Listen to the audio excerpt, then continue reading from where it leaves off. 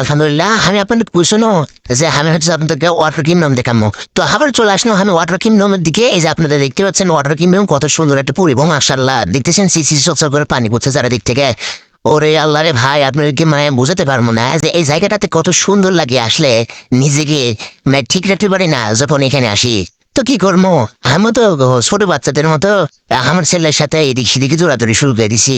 তো দেখতে পাচ্ছেন চারিদিকে অনেক সুন্দর একটা পরিবেশ, চারিদিক থেকে ফিরি করে পায়ে পড়ছে। এটা হচ্ছে যে আমার স্কুল এর থেকে উঠতে যায় না, কত করে কয়ে আব্বা সব ওদিকে উপরে যায়, তো যাওয়ার না দেখছেন পানের মধ্যে ডুবে ডুবে কি অবস্থা, মুখ চোখ গুলো কালো বানা ফেলে দিচ্ছে।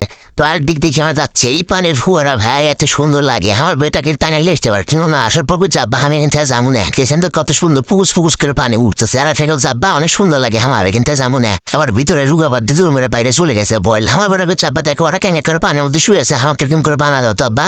দেখো তো ভাই ওরা ছোট মানুষ, ওরা ক্যাঙ্গা করে পানির মধ্যে শুয়ে আছে। আমার বিরক্ত রায় এলো ওরা শুয়ে থাকা দেখে। তো কি করলাম, ছেলেকে আমি বলতে ঠিক আছে আব্বা আমি তোমাকে বানিয়ে দিচ্ছি। তো আমার জাহাজ বানানো শেষ, দেখতে পাচ্ছেন জাহাজের উপর আমার বেটা উঠে পড়লো, জাহাজের উপর উঠে পড়ে এবং জাহাজের উপর চলে বেড়াচ্ছে। আমার আর দেখতে পাচ্ছেন ভাই চারিদিকে এত সুন্দর লাগছে আমার পানির মধ্যে। তুই যে পিছলে দেখবে পেছেন আমি পিছলের মধ্যে কি করতে শুনবেন, আমি পিছলের মধ্যে পিছলে দিছি ভাই, আর পানির মধ্যে যে থ্যাক করে পড়ে ভাই আমার মাথাত লেগে গেছে। তোমার অনেক ভালো ছিল।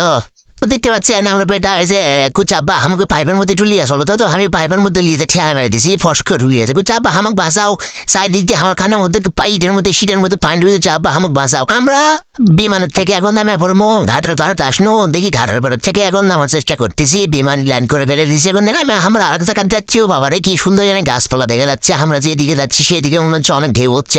সব মিলিয়ে জায়গাটি অনেক সুন্দর ছিল, প্লাস আমার ছেলে অনেক আনন্দ করছে। আসলে যাদের বাচ্চা আছে তারা ভালো করে জানেন বাচ্চাদের আনন্দ হলে বাবা মার আনন্দটা কত বেশি হয়ে যায়। তো এই পার্কটার ঢেউ অনেক সুন্দর ছিল, নতুন তো এই জন্য ঢেউটাও অনেক বেশি হচ্ছিল এবং অনেক ভালো লাগছিল আমাদের। এই পার্কের যে আকর্ষণীয় রাইড সেটা হচ্ছে এর আগরতলা 1000 ফুট উঁচু।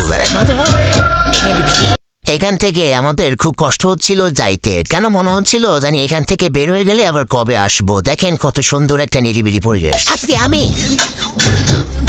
আর হাস নাই।